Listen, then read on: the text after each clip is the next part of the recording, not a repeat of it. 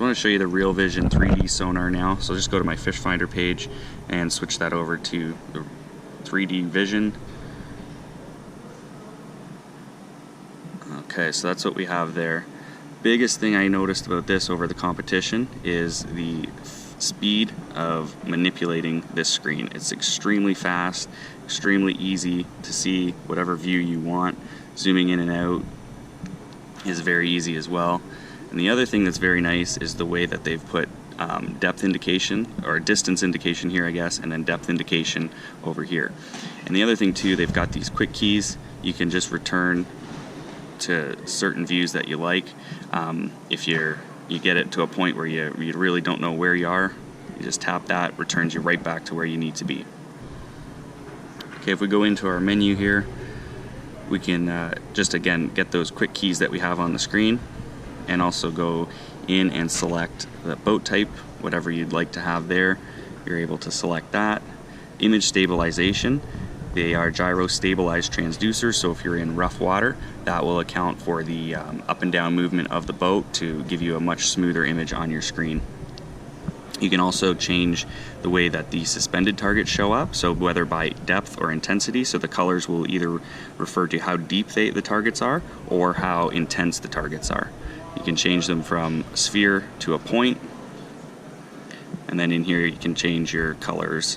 Okay, and then up at the top we just got the other settings, or transducer settings, sounder settings, gear interference settings, and again page settings like on all of the menus we have.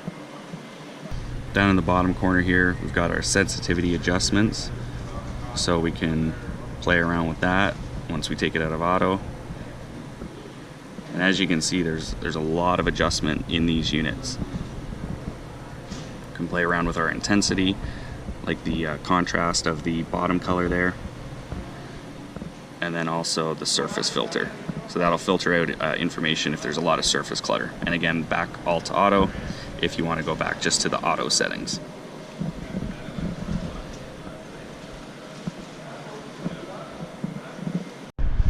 This view here is kind of like a top-down view, just like you'd see on your traditional side imaging.